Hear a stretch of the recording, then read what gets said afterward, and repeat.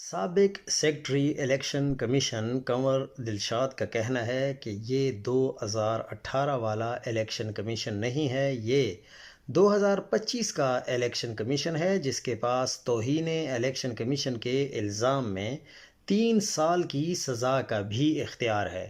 اگر کل Sohail Afridi election commission کے سامنے پیش نہ ہوئے تو انہوں نے جو دھمکی آمیز حربے استعمال کیے اس کا جواب کل مل جائے گا۔ پنجاب خیبر پختونخوا الیکشن کیس سے کنور دلشاد صاحب بھی رجیم کے سہولت کاروں کے طور پر سامنے آئے ہیں، جنہوں نے ہر ناجائز اور غیر آئینی اور غیر قانونی اقدام کا دفاع کیا۔ موصوف کو شاید چیف الیکشن کمشنر سکندر سلطان راجہ کا مشیر بھی بنایا گیا ہے، بلکہ شاید اب بھی مشیر ہوں۔